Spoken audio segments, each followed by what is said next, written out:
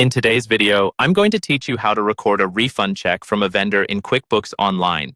Let's walk through this step by step so your books stay accurate and your bank balance matches what actually happened. In this example, you've received a refund check from a vendor, maybe because you returned items or they overcharged you.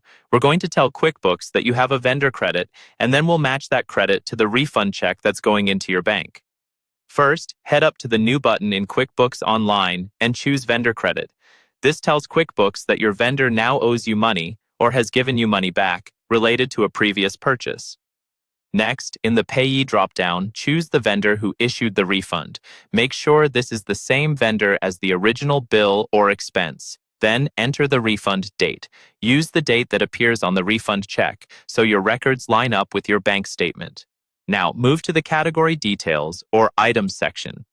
Here, you'll enter the details of the original purchase or the items you returned. The key point is that the account or items you select should match what you used on the original bill or expense.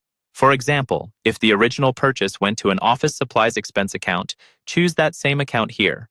This keeps your profit and loss report accurate and avoids doubling up or reversing the wrong expense.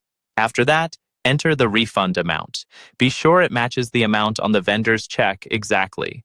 It's a good idea to double-check the numbers at this point to prevent reconciliation issues later.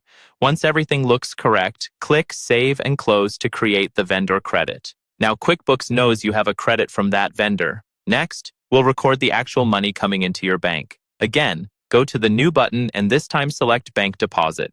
If a Payments to Deposit window appears, just press OK to continue to the deposit screen. In the Make Deposits window, you'll choose the vendor in the Received From dropdown. Then look for the Existing Credits column. Under that column, select the vendor credit you just created. This links the deposit to that credit so you're not overstating income. Finally, enter the check number for your records, review the details one last time, and select Save and Close. Your vendor refund check is now properly recorded in QuickBooks Online and tied to the original expense.